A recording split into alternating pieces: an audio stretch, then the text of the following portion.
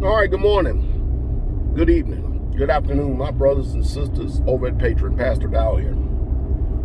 Yeah, we want to stick this one up on the higher levels for sure, because most people that's on Patreon don't have the maturity, the comprehension, or the understanding to actually get into mature, intelligent conversations like this. But here we go. Many of you already know I have a 4-month son, a 4-month-old son by the name of Hezekiah. Just a beautiful little boy, very temperate, just a solid, and I do mean solid too. He heavy, just a solid little boy. So what has transpired and taken place since Pastor Dow has got a 30-year gap between children? I mean, I got 3 of them, right? 30-year gap between my youngest from Mother Carol and Hezekiah from something. Now I have children in between, there that I'm gonna use the world's terms, like somewhat adopted, but I actually became a father to the fatherless, because the father abandoned them, disassociated himself with them, and of course y'all know the story, went to social media, lied his rear end off, thereby offending a lot of people, sealing up their eternal life to make sure that they didn't listen to whom they should be listening to, and no telling where their life is now, but hey, to each his own. So what are some of the I don't know. What are some? How you phrase this? What are some of the differences? Well, I can tell you what I see in the ministry. When I first bought Hezekiah home from the hospital, first of all, it was a joy. It was a joy having him, seeing him, my seed. Just like it was, seeing my seed and then those who I become a father to, because it really is a joy to be able to have the opportunity, and this is what I'm going to say right here, to be able to pour yourself into young minds that need to be developed the right way. I think more than anything, the disappointment that I have is that, hell, I got faults and failures like anyone else, but then, when I go back and I look at my alleged faults and failures, man, they pale in comparison to some of the faults and failures too many people have done in their life. Really, my faults and failures are very minimal, but even at that, I'm not going to sit up here and gloat over what you would call self-righteousness, because I'm wicked just like anybody else is. But man, let me tell you the truth. Man, that little boy is a joy, but I tell you, and now I'm older, so now I'm a hell of a lot more wiser. And so I have a greater level of, a heightened sense of awareness to make sure that I make every day count, because I need to pour wisdom, knowledge, and comprehension, and maybe he will be the one. Out of all the children that I've reared and raised, maybe he will be the one that would have appreciation, that would have a deep, sincere appreciation for the Most High, that will obey his father, that will see what his father is doing, and then take this right here and continue on in the faith, along with the other children that are in the ministry that, chooses to stay in this faith. Because when they do, they're going to be blessed. These children that are in the faith in this ministry and they stick this way and don't go the way of the world, they're literally going to be blessed. But I've watched a lot of brothers, and I mean a lot of brothers, a lot of brothers like 45 and older. 45 and older. I watch all of them, even in themselves, get a renewed sense in them, because you have to understand, we all have grown up in this pagan, Roman, satanic, Anglo-Saxon, European society. Let's just keep it real. It's an Anglo society that tries to champion itself as if it is the epitome of righteousness, the sum of all wisdom. It tries to champion itself as if, that God is the only, he's the only creator of the universe that loves them. That's it. And he is the only creator of the universe, but you know what I'm saying? That they think some way, somehow, that they have the favor of Yah with him, even though we're watching right now, America and all the people turned their back on him. And so therefore judgment and curses are definitely coming our way. So anyway, but I watched all these older men with a gleam in their eye, and every one of them, when they, what happens in their mind, they go, wow, Pastor Dow, man, he's 54 years old, and he just had a son. And believe it or not, some of you women don't want to hear it, but if you sit down and you have a conversation with your husband, when they get older, they even at the old age, they desire seed. It's crazy what this society has done. See, the society has made us think that we should only have children from one woman. And of course, that's in favor of the woman. Everything in this society is in favor of the woman. Everything is. A woman is not even thinking about her desire to be towards you as a man and to fulfill your needs and to fulfill every goal that you have in life and be there as a helpmeet. No, they reverse everything, and they will too. They don't care. I don't care how much of an Israelite they say that they are. They really are all about them. It's very, very few that really get it. And a man, I can tell you right now, and this is no pun intended against any woman out there whatsoever at all. It really truly isn't. But one woman can never, ever, ever fulfill all the needs of one man. She can't do it. I'm speaking for personal experience. I didn't say that she was inadequate. I didn't say that. But when you have, like for instance, when you have a life like I have, every single one of them are beneficial in my life, in the running of the community. And I tell you, it's just a blessing to have each one of them, because each one of them have their strengths. And they're all looking out for the betterment of the family unit. And to see all of them work in unison, at least try their best to work in unison to pour into his kaya and to help out, it's a real joy. It really truly is. But don't make no mistake about it. Men are not the only ones that actually desire children at an older age, or let me say seed. Believe it or not, if you are in a polygynous family, that means women desire it as well. But women desire a polygynous family for a total different reason, because their makeup is different. And the reason why they desire polygyny, if they get involved, the reason why they desire polygyny because it's family structure. Some of them have been in dysfunctional homes where there's no hope. They see that their life is going to end up some way, somehow, the way that their parents' life is, and they don't want that. Women are built on security. And if they can have a good, solid family structure, and then be in a family to where women are not going to be envious of each other, they're not going to be jealous of each other, they're not going to be fussing and fighting and kicking, what about me, what about my time, what about all this time. Oh, man. Woo, boy, I tell you, it's just that with all their selfishness, but they're in unison and in sync with the family unit. I tell you, man, it's the best thing going today. It really, really, truly is.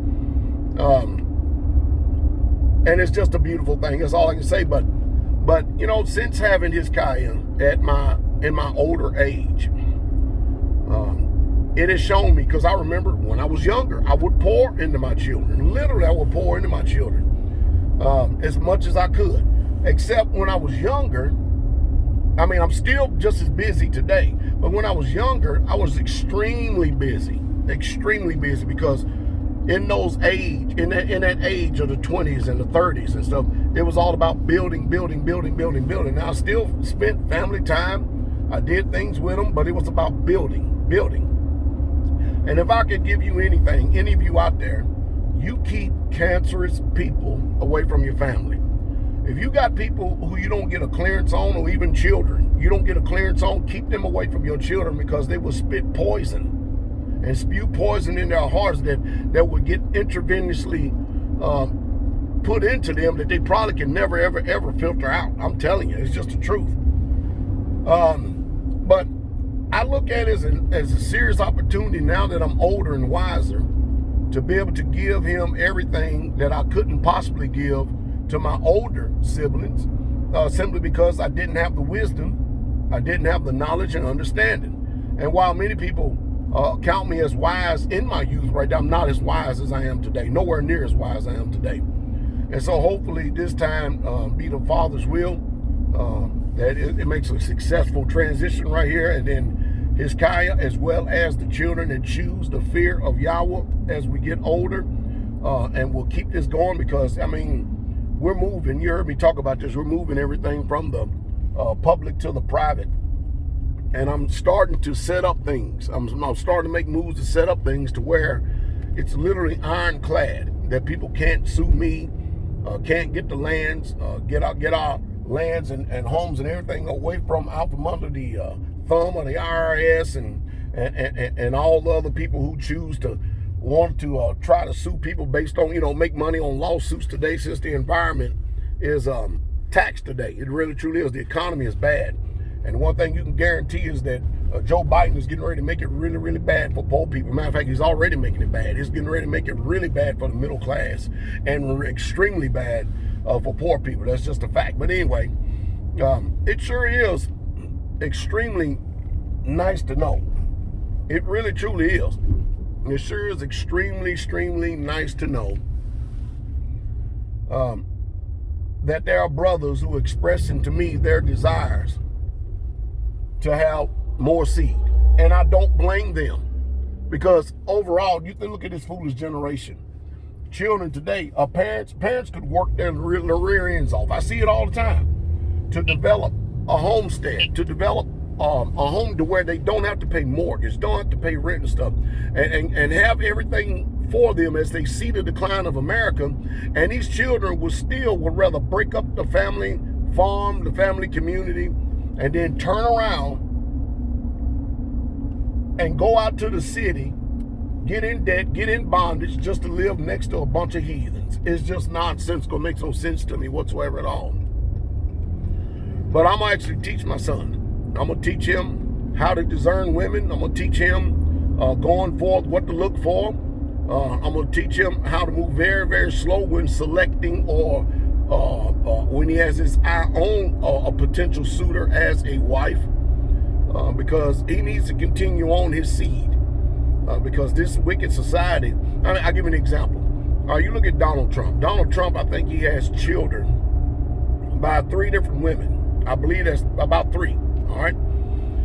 And this latest one, the model, she's like 25 years younger than him, right? Now, everybody, man, they don't say nothing when they see this man with all these children standing next to him, male and female. They say nothing whatsoever at all, because in their wicked mindset, with their serial polygamy, divorce, remarriage, divorce, remarriage, divorce, remarriage, they have made that righteous in their own eyes. Nobody says anything, but the bottom line, he still had 3 women, period, point blank. Just because they're not together or living together, everybody thinks that that's clean. See, men do things which is right in their own eyes, and they don't condemn it. So when you look at the Anglo-Saxons in this generation right here, they're still doing polygyny. They're still doing it. They're just doing it according to the way that the system would have it. And they're still putting seed out there.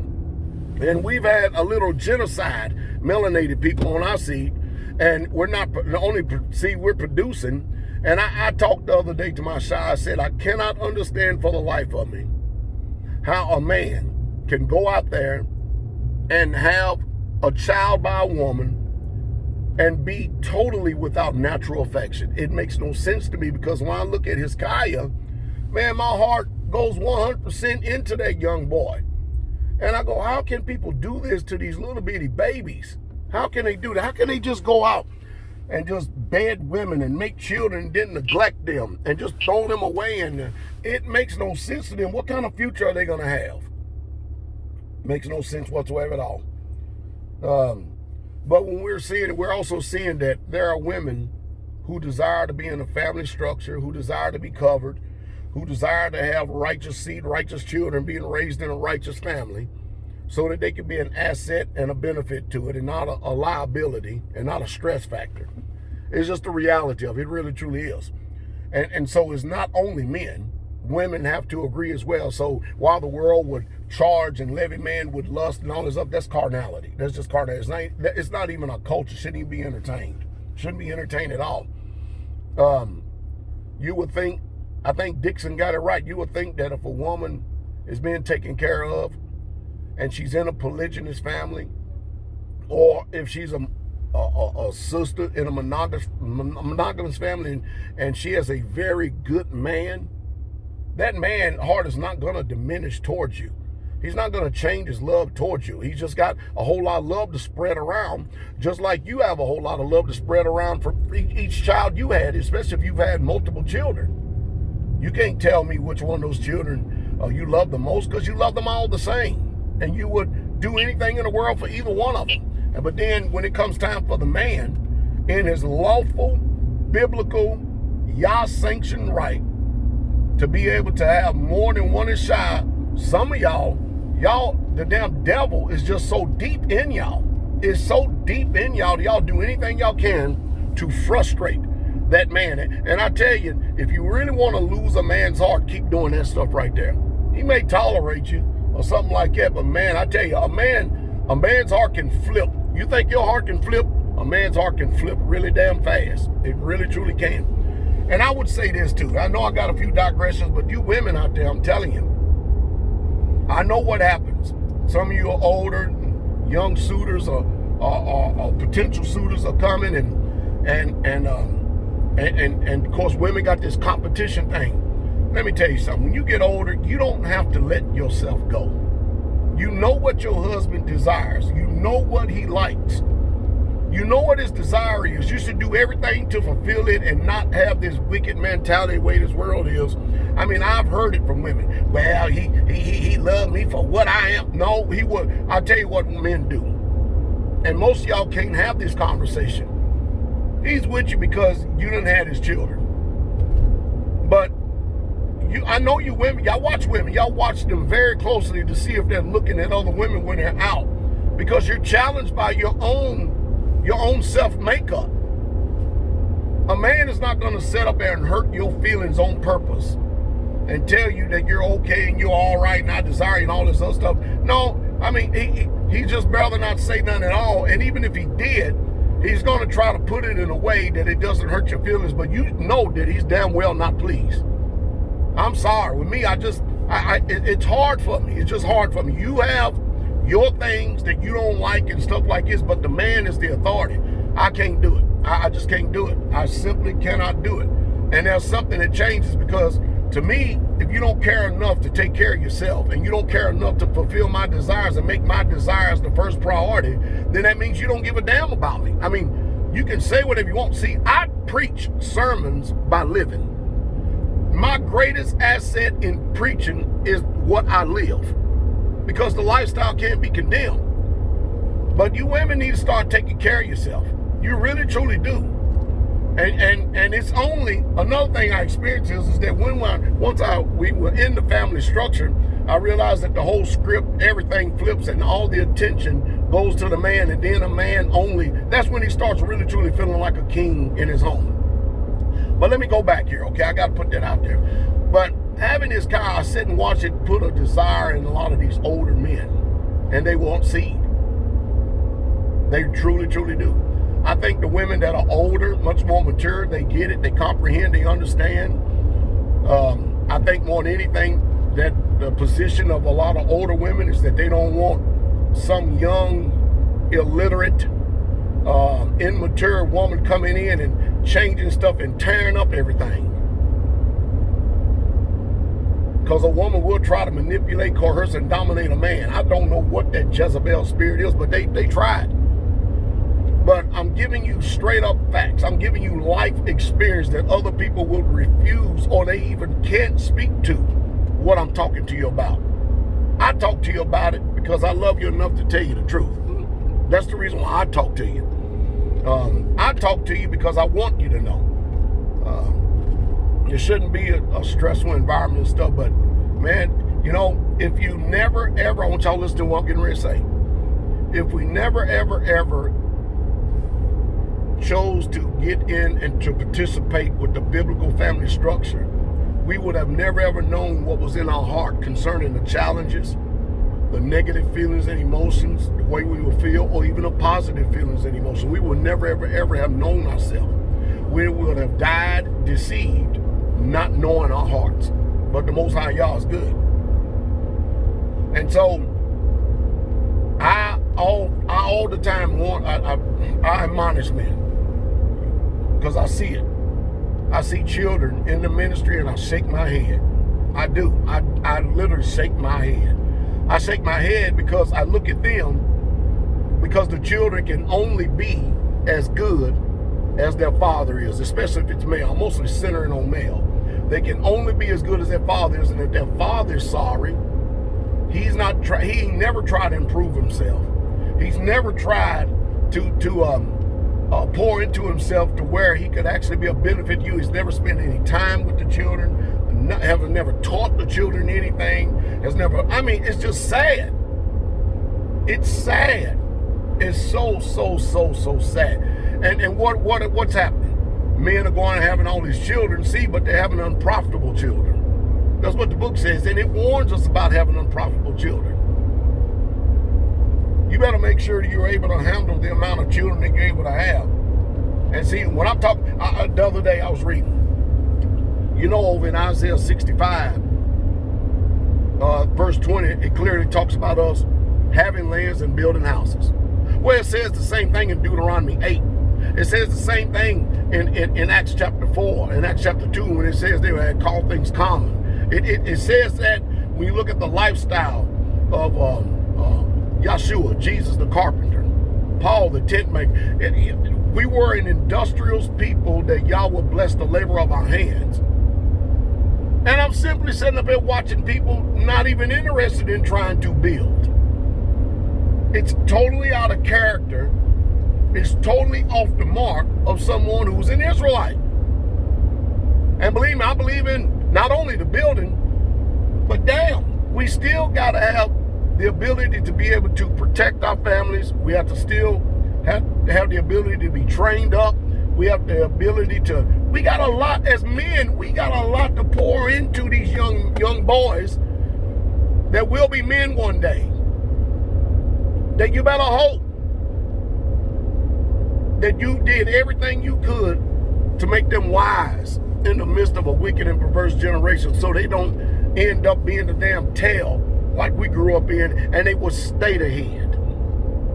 I don't know, it's just on my heart this morning, but it's a beautiful thing to see a fire kindled in these men, and on the flip side, it's a very sad, sorry thing about how many women are so self-centered, self-focused, and self-absorbed. They get so hurt because their men is thinking about having another Ishaiah, that they act like that they just literally just done jumped off of Mount Everest because the man no longer has any desire of pleasing him. It's so sad.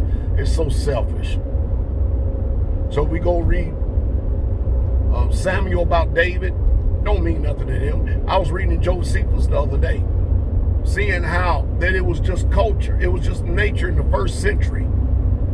And you won't see these Christians speaking about it. You won't see them talk about it. But man, have they tried to, and they damnedest in their best with the penmanship of the scribe to try to change that book. But the one thing about it is that they even try to change Strong's and the Brown Drivers Briggs, the meanings of it. But if you're a student and you look behind these words, you can't be deceived by the penmanship of these scribes. You can't. I would say those of you that are righteous women, that you're working on yourself to be righteous, I would say this. This is what I see coming. I would say you be content. Continue to keep on. Keep on striving. Because one day the Father will give you a witness on what man you should accept and say yes to when he comes. I would tell you to look very closely at the character and nature of a man, because if you want seed, if you want children to be able to re-race, you just don't want to get out here and just be saddled up with a guy or saddled up with a man because he's good looking or he's physically appealing or something like that. You don't want to get caught up with it. You want to look for a man of substance, a man of integrity, a man of honor, a man that has a work ethic and not doing a bunch of damn talking that can't be backed up by what you physically can see as far as a work ethic goes. I'm telling you, better look wise. I was talking with Elder Rufus the other day because I can tell you right now, there's women that, man, I tell you, this is a beautiful thing. When Sister Bonnie came in to Elder Rufus' family, man, Jennifer and welcomed her in with a big smile and says it's going to be a beautiful thing to have you in the family because you're coming in a family with one of the best men that I know. It's her husband. Just a good man. You're going to be covered. You're going to be protected. And she was extremely excited, the lady. And I sit there and looked at that video and watched Bonnie, just tears rolling down her eyes, just for the mere fact that someone would consider her, and knowing that she's accepted by the principal wife with open arms. And then to sit and go down there a couple of months later and look at the operation of it and watch them, it's just so beautiful. It really is. Jennifer's happy. Bonnie's happy. Elder Rufus happy. It's just a beautiful, beautiful thing. It really is. I just hope that as Israel, we can really truly get about our Father's business. Get rid of these mundane-based cardinal feelings and emotions that are contrary to the word.